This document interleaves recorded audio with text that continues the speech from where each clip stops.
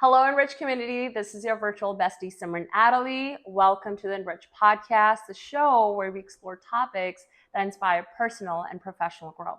Today, we have another special guest with us, Simran Sekhon. Simran, welcome to the show. Hi, thanks for having me here.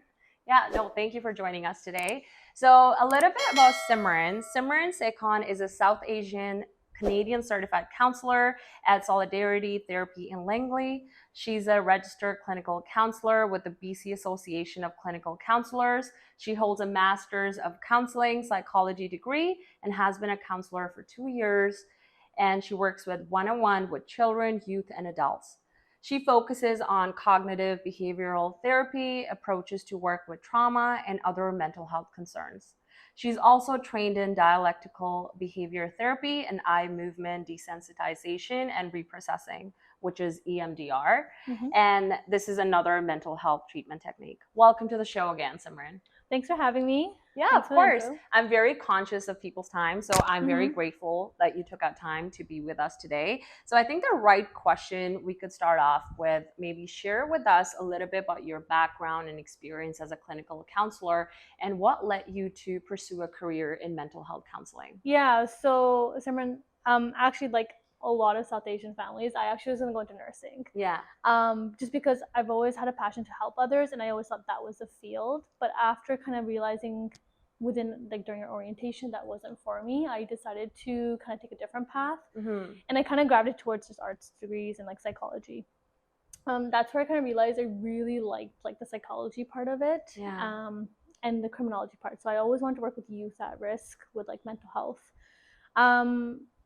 Basically what happened is my last year in university, I ended up staying an extra year because I took some counseling classes. Yeah. Right. And after those counseling classes, I realized this is what I wanted to do. Yeah. So I ended up finishing all my counseling classes, doing all the prereqs for the master's program, ended up applying for the master's program, and it kind of led me to where I am now.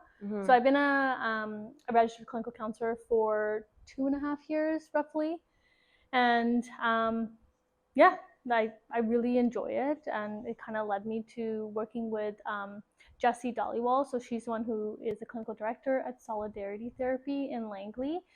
We actually connected through Instagram as well first. I love that. Yeah. Just like us.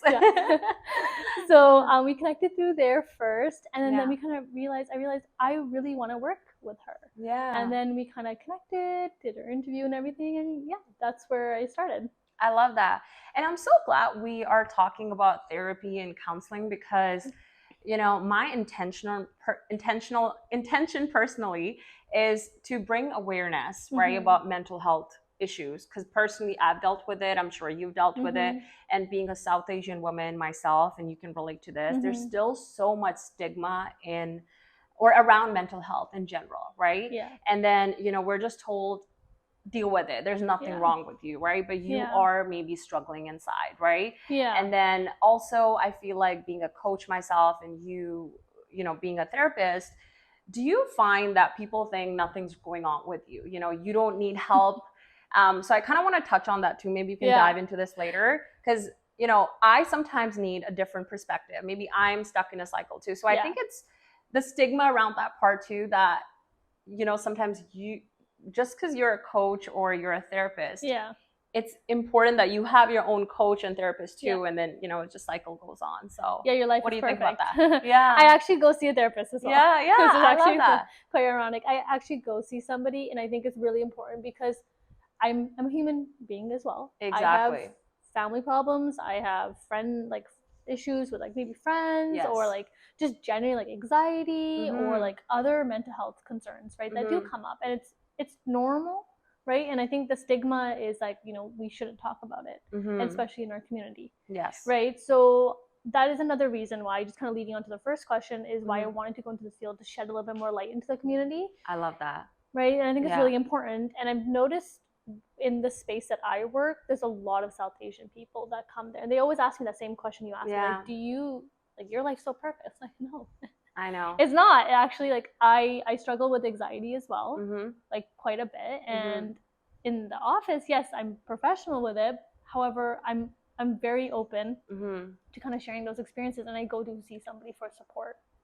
I absolutely love this because people need to know that no one's perfect, Yep. right? I can be looked upon like, hey, like you're a coach yourself. Why are you struggling, right? There have been comments made in the past towards me, and it's kind of overwhelming. It's kind of stressful. It causes more anxiety because you're like, do I not have the right to feel certain things, right? So I just want to talk about these things a lot more, and I'm glad that you are being vulnerable and open about these things.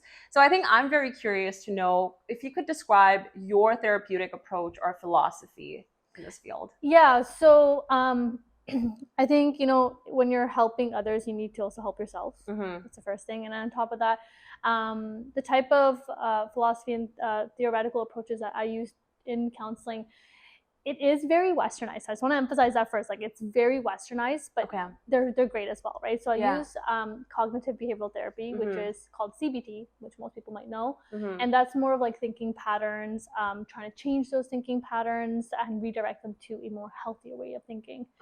Then there's dialectical behavioral therapy, which is DBT.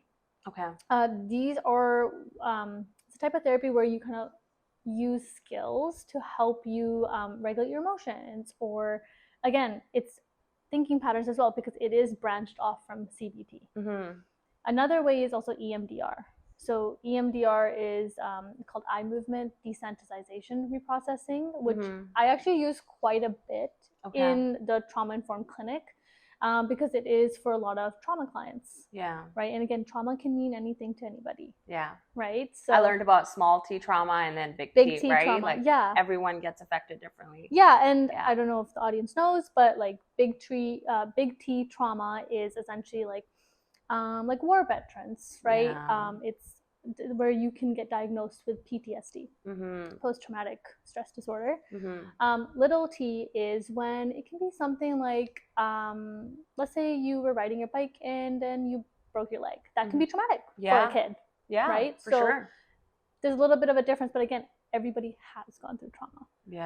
Right? So I use EMDR for that. So again, a lot of these modalities and are westernized. So I do take bits and parts of it, and I implement culture into it, because again, like looking at it from a cultural lens is really important, because again, culture plays such a big role in our mental health. It does, for sure. Yeah, I love that explanation, and I think like something that the audience should know about this. What are some common misconceptions people have about therapy or seeking help for mental health issues? So I'm pretty sure a lot of people have heard this, is like when you go to therapy, you're weak, right? That's one that's common. Going to therapy is when things are when like things are just not going well. It was really bad, like I have to go to therapy. Then you can come to therapy when things are going well. Like a check-in. Right. I have a lot of clients that just come just to check in, just to talk, and everything's going great. So those are the main two ones that come in. One that was talking about first, therapy is for weak people. I have a lot of again, it plays like cultural aspect. I have a lot of South Asian clients, so like a lot of male clients that think, well, this is just you're just kind of talking about your feelings. I'm not used to that. Like, there's something wrong with me, and really doesn't need to be something wrong with you in order for you to come. So those are the two main ones that come up. Another one is that therapy is just talk therapy, which is actually, it's a myth, because it's not always talk therapy. Right? Sometimes you are practicing coping skills. Sometimes EMDR, it's very little talk therapy. You're processing on your own, and I'm just there for support. So it's not always talk therapy. I love that. I personally go to a therapist myself. It's been some time that I haven't went back, but I've been thinking about checking in with my therapist, because there's still traces of like where I feel overwhelmed, right? I think that leads to my next question. Let's say I come to you, just high level, right? And I come to you and I tell you, hey, I'm experiencing with high level anxiety. I'm overwhelmed with work, family, friends, and I'm having sleepless nights. What is maybe one thing you would recommend for me to do, and like maybe give us some coping strategies for our audience, just like a quick tip? So if you came to me with that concern, like anxiety, I would first talk about the window of tolerance. Yeah. So window of tolerance essentially means that you have a window, Okay. right, where it's an ideal place you want to be, the things that you can handle on a day-to-day basis. Okay. Right? And outside the window of tolerance is like your fight and flight, and then there's like the freeze response. Okay. Right? So depending on how big your window of tolerance is. So let's say you're super anxious because your window of tolerance has narrowed down, right? You're not able to tolerate things. I can see that happening to me lately. Yeah. Before I had like a larger window. Sorry, continue. Yeah, no. Yeah. So when your window tolerance is narrowed down, right, what happens is you start to kind of go outside your window tolerance and you start to sit into that fight and flight and freeze response. So for anxiety, most people do sit in like the fight and flight response. Mm-hmm. That's where anxiety typically sits. Okay. And what happens is then you're sitting in that response, and the things that you used to be able to handle, you're not able to handle anymore. So in order to expand your window of tolerance is using coping skills such as deep breathing. Yeah. Right? So deep breathing from your stomach, not from your chest. Okay. As well as cold water's really helpful for your nervous system. Mm-hmm. It helps bring you down from the sympathetic nervous system down to your vagus nerve and your parasympathetic. So cold water is really helpful. Okay. Deep breathing. Those are the main I would kind of talk about first. Mm-hmm. And then the other coping skills of like, what do you like to do as like a hobby, and what else can you do to expand your window of tolerance? I love that. Yeah. And just need your perspective on this. So I used to do a lot of deep breathing before, and I just started doing it again. So I took like, a couple months off from doing the usual things I was doing, like let's say meditating, reading, journaling. And I feel like nothing was working. This is like a couple months ago, and I just like took a break. And do you recommend doing that too? Because now I feel like now I really want to do it. Of course I had to push myself, but now I'm enjoying it again, and I feel like it's finally working. Do you think that is another strategy that could work for some people? Because you're so into it and you've been doing it. You feel like you're, of course, programmed because you've been doing it for some time, but you're in that zen. But then you just get hit by a bus, let's say, and something is just overwhelming you, and now nothing is working.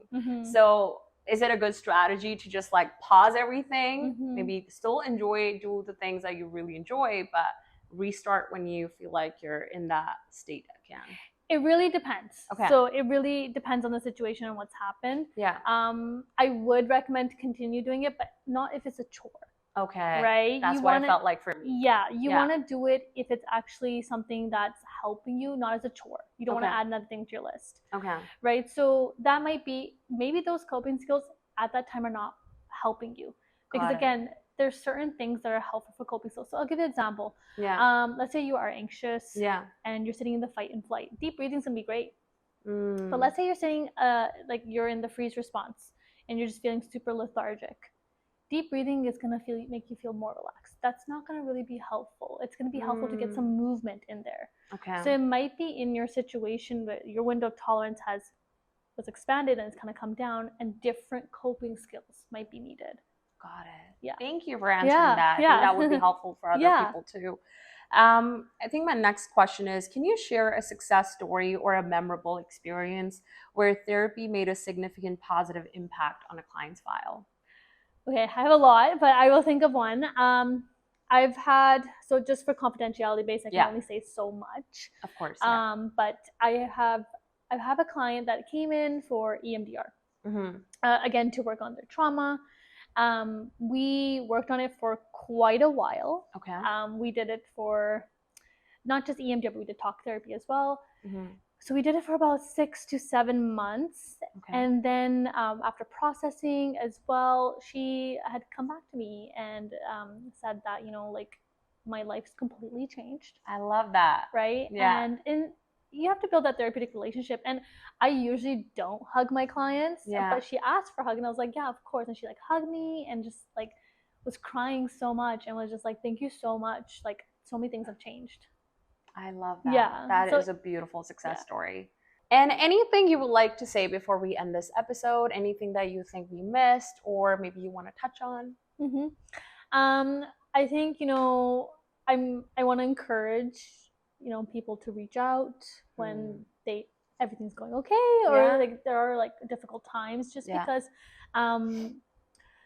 I think it's really important, right? It's really Mhm. important to not suppress those emotions and feelings, but to talk about them, Yes. right? And if therapy is intimidating, right, it's really important to find a therapist that's a good fit, Yes. right? Yeah. For me, it's taken me about 6 to 7 years to find a really good therapist. Like, it took me a really long time. Me too. Yeah. Yeah. It took a really long time, and Yeah. that's just because you just gotta keep looking, right? And I Yes. know it can get very exhausting, Yeah. but it's really important because that's when you're gonna feel the most comfortable in opening up and talking, like, about your personal experiences and what's going on, Mhm. right? Because you feel safe with this person, Mhm.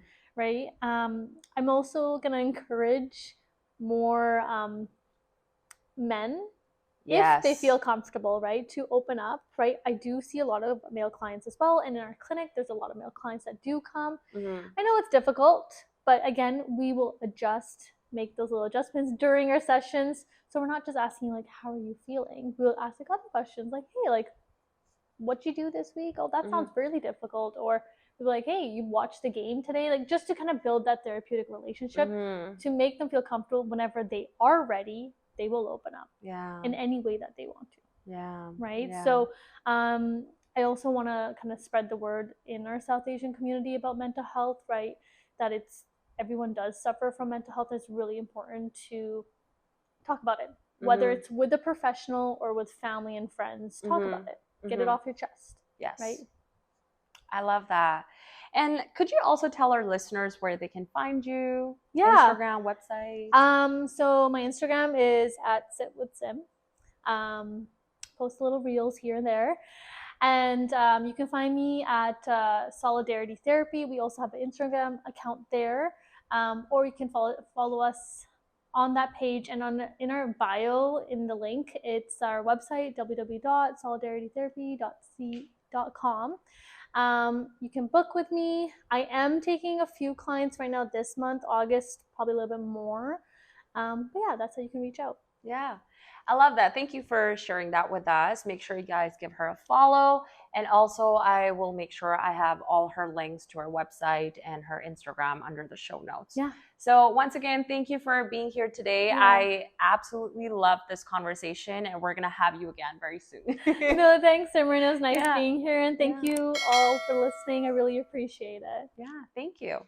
Take care, guys. We're now at the end of the episode. I hope you guys enjoyed tuning in as much as I enjoyed having Simran on here. Make sure you guys give us a follow, subscribe to our channel, and also leave comments below and any questions that you want us to answer to. And I'm going to leave you guys with this like I always do, sending you a lot of love and positive vibes. Take care.